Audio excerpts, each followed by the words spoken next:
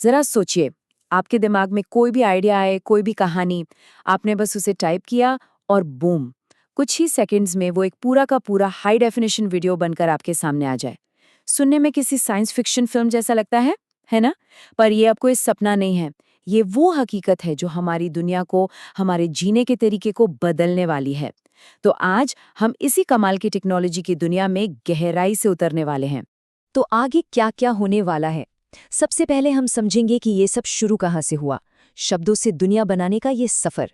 फिर देखेंगे कि कैसे ये एक जबरदस्त रेस में बदल गया। जानेंगे कि इस सपनों की मशीन के अंदर आखिर चलता क्या है। हाँ, इसकी कुछ गड़बड़ियों पर भी नजर डालेंगे। और फिर सबसे जरूरी बात कि ये टेक्नोलॉजी हमारे लिए, हमारी क्रिएटिविटी और हमारे समाज के लिए क्या मायने रखती है। ठीक है, तो चलिए शुरू करते हैं बिल्कुल बेसिक से। जब हम सब ये शब्द सुन रहे हैं, टेक्स्ट टू वीडियो, तो इसका असली मतलब क्या है? ये है क्या चीज़ आखिर? इसे समझने का सबसे आसान तरीका है मिड जर्नी या डैली के बारे में सोचना। जैसे वो एआई हमारे लिखे हुए शब्दों को तस्वीरों में बदल देते हैं, है ना? बस ये टेक्नोलॉजी उसी का अगला, कहीं ज्यादा बड़ा कदम है। ये हमारे लिखे हुए आइडियाज से सिर्फ एक तस्वीर नहीं, बल्कि पूरी की पूरी चलती फिरती दुनिया, पूरे के पूरे सीन बना देती है। सच कहूं तो ये भाषा को विजुअल हकीकत में बदलने वाला एक जबरदस्त पावरफुल इंजन है। और देखिए, ये टेक्नोलॉजी जितनी पावरफुल है ना, उतनी ही रॉकेट की रफ्तार से आगे भी बढ़ी है। तो चलिए अब जरा टाइमलाइन पर एक नज़र डालते हैं और देखते हैं कि कैसे ये बस कुछ ही सालों में एक रिसर्च आइडिया से एक ग्लोबल टेक रेस में तब्दील हो गई। ये टाइमलाइन देखकर सच में होश उड़ जाते हैं। सोचिए, 2022 में तो ये बस एक शुरुआत थी। कुछ मॉडल्स ने हल्की सी झलक दिखाई थी कि क्या मुमकिन है। और फिर देखो, 2023, 2024 और अब तो 2025-26 की बात हो रही है। गूगल, मेटा, ओपन एआई, दुनिया की हर बड़ी टेक कंपनी इस होड़ में शामिल हो चुकी है। ये सिर्फ धीरे धीरे हुई तरक्की नहीं है, ये एक टेक्नोलॉजी का धमाका है, एक विस्फोट। तो अब सबसे बड़ा सवाल कि आखिर ये जादू होता कैसे है?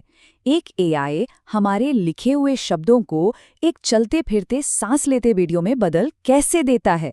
चलिए अब पर्दा हटाते हैं और इस ड्रीम मशीन के अंदर झांक कर देखते हैं। असल में ये पूरा प्रोसेस मोटे तौर पर 4 स्टेप्स में होता है।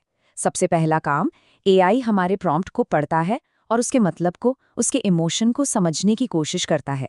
दूसरा, उस समझ के आधार पर वो कहानी के कुछ सबसे ज़रूरी मोमेंट्स की तस्वीरें बनाता है, जिन्हें हम की फ्रेम्स कहते हैं। फिर आता है सबसे मुश्किल काम, तीसरा स्टेप। एआई ये अंदाज़ा लगाता है कि इन तस्वीरों के बीच में क्या हुआ होगा, चीज़ें कैसे हिली होंगी, कैरेक्टर ने कैसे मूव किया होगा। और बस आखिरी स्टेप में इन सभी फ्रेम्स को एक साथ जोड़कर एक बहता हुआ स्मूथ वीडियो हमारे सामने रख देता है। अब ये जो भारी भरकम नाम दिख रहे हैं ना, डिफ्यूजन मॉडल्स, गैन्स, ट्रांसफॉर्मर्स, इनसे घबराने की बिल्कुल ज़रूरत नहीं है। इन्हें बस ऐसे समझिए कि ये उस एआई के दिमाग के अलग अलग स्पेशलिस्ट डिपार्टमेंट है। हर एक का अपना एक खास काम है। कोई शोर में से तस्वीर बनाने में माहिर है, तो कोई जज बनकर ये तय करता है कि तस्वीर असली लग रही है या नहीं। कोई भाषा के गहरे मतलब को समझने में एक्सपर्ट है। और जब ये सारे स्पेशलिस्ट मिलकर टीम की तरह काम करते हैं, तब जाकर हमारे शब्दों से एक वीडियो का जन्म होता है। लेकिन हर कहानी की तरह यहाँ भी एक लेकिन है। ये टेक्नोलॉजी अभी कह सकते हैं कि परफेक्ट से बहुत दूर है। असल में ये कई बार इतनी अजीब और सच कहूं तो मज़ेदार गलतियां करती है कि यकीन नहीं होता। तो चलिए अब मैट्रिक्स की इन गड़बड़ियों की दुनिया में चलते हैं। एआई की असली समझ को परखने का एक बहुत ही फेमस और मज़ेदार तरीका बन गया है Will Smith eating spaghetti test. अब सुनने में तो ये बहुत ही मामूली सी बात लगती है ना? एक इंसान स्पगेटी खा रहा है, पर यकीन मानिए एआई के लिए एक इंसान को ठीक से, कायदे से पास्ता खाते हुए दिखाना किसी बुरे सपने से कम नहीं है। और यहीं से इसकी सारी कमजोरियां परत दर परत खुलने लगती हैं। और हाँ, ये कहानी सिर्फ पास्ता पर खत्म नहीं होती। एआई आज भी इंसानी हाथों को लेकर बहुत कंफ्यूज्ड रहता है। अक्सर 5 की जगह 6 या 7 उंगलियां बना देता है। अगर आपने उसे कुछ लिखने को कह दिया, तो वो टेक्स्ट की जगह कुछ अजीबोगरीब सिंबल बना देगा, जिसे कोई नहीं पढ़ सकता। और रही बात फिजिक्स के नियमों की, हाँ, एआई के लिए तो वो बस एक सुझाव की तरह है, जिन्हें वो जब चाहे नजरअंदाज कर सकता है। तो सवाल ये है कि ये गड़बड़ियां होती क्यों हैं? इनके पीछे कुछ बहुत बड़ी तकनीकी वजह है। पहली बात, ऐसे वीडियो बनाने के लिए इतनी ज़्यादा कंप्यूटिंग पावर चाहिए कि आप सोच भी नहीं सकते, मतलब बहुत ज़्यादा। दूसरा, इसे सिखाने के लिए अरबों वीडियो का डेटा चाहिए, जो मिलना और प्रोसेस करना बहुत मुश्किल है। और शायद सबसे बड़ी चुनौती है कंसिस्टेंसी।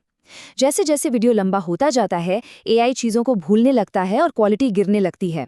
तो अब तक हमने टेक्नोलॉजी की बात की, उसकी कमियों की बात की, पर अब आते हैं इस कहानी के सबसे बड़े और शायद सबसे ज़रूरी हिस्से पर। जब इतना शक्तिशाली टूल हमारे समाज के हाथों में आता है, तो क्या होता है? ये अच्छाई के लिए इस्तेमाल होता है या तबाही के लिए? और देखिए, ये कोई भविष्य का डर नहीं है, ये आज की हकीकत है। ये हो चुका है। रूस यूक्रेन युद्ध के दौरान प्रोपेगेंडा फैलाने के लिए एआई से फेक वीडियो बनाए गए। इसमें यूक्रेन के राष्ट्रपति का एक डीप फेक वीडियो भी शामिल था, जिसमें वो सरेंडर करने की बात कर रहे थे। ये एक जीता जागता उदाहरण है कि ये टेक्नोलॉजी गलत हाथों में कितनी खतरनाक, कितनी विनाशकारी हो सकती है।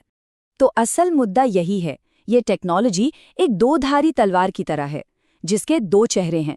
एक चेहरा है क्रिएटिविटी का, जहां ये कलाकारों, शिक्षकों, वैज्ञानिकों, हर किसी के लिए अनगिनत दरवाजे खोलती है। लेकिन इसका दूसरा चेहरा बहुत डरावना है। ये गलत सूचना, डीप फेक और प्रोपेगेंडा का एक ऐसा शक्तिशाली हथियार बन सकता है जैसा हमने पहले कभी नहीं देखा। और यही वो दुविधा है, वो चुनौती है जिसका सामना हम सबको आज मिलकर करना है। और अगर कोई एक इंडस्ट्री है जिसकी नींव इस टेक्नोलॉजी से पूरी तरह हिल चुकी है, तो वो है एंटरटेनमेंट की दुनिया। हॉलीवुड से लेकर बॉलीवुड तक सिनेमा का भविष्य अब एक बहुत बड़े सवालिया निशान के नीचे है। और ये मत सोचिए कि ये सब भविष्य में होगा, ये अभी हो रहा है, यहीं भारत में भी। स्क्रीन पर जो नाम दिख रहे हैं, महाभारत, कौर बनाम कौर, चिरंजीवी हनुमान, ये वो प्रोजेक्ट्स हैं जहां एआई का इस्तेमाल हो रहा है या हो चुका है। एआई अब सिर्फ एक स्पेशल इफेक्ट्स का टूल नहीं रहा, ये धीरे धीरे एक पूरा का पूरा प्रोडक्शन हाउस बनता जा रहा है। हॉलीवुड में इस बदलाव को लेकर जो एक डर है, जो घबराहट है, उसे डेडपूल एंड वुल्वरीन जैसी फिल्म के राइटर रे ट्रीज के इन शब्दों से बेहतर कुछ नहीं समझा सकता। जब उन्होंने एक नए एआई मॉडल का बनाया हुआ वीडियो देखा, तो उनका बस एक ही रिएक्शन था, मुझे ये कहते हुए नफरत हो रही है, पर शायद ये हमारे लिए खत्म हो गया है। ये शब्द, ये पूरी क्रिएटिव इंडस्ट्री में फैली चिंता की एक गूंज है। तो आखिर में हम इसी एक बड़े सवाल पर आकर खड़े हो जाते हैं। एआई वीडियो, ये इंसानियत का अब तक का सबसे बड़ा और सबसे डेमोक्रेटिक क्रिएटिव टूल बनने वाला है, जो हर किसी को अपनी कहानी कहने की ताकत देगा?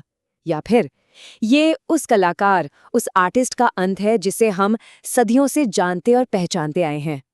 इसका जवाब शायद अभी किसी के पास नहीं है, पर इस पर सोचना, इस पर बात करना हम सबके लिए बहुत बहुत जरूरी है।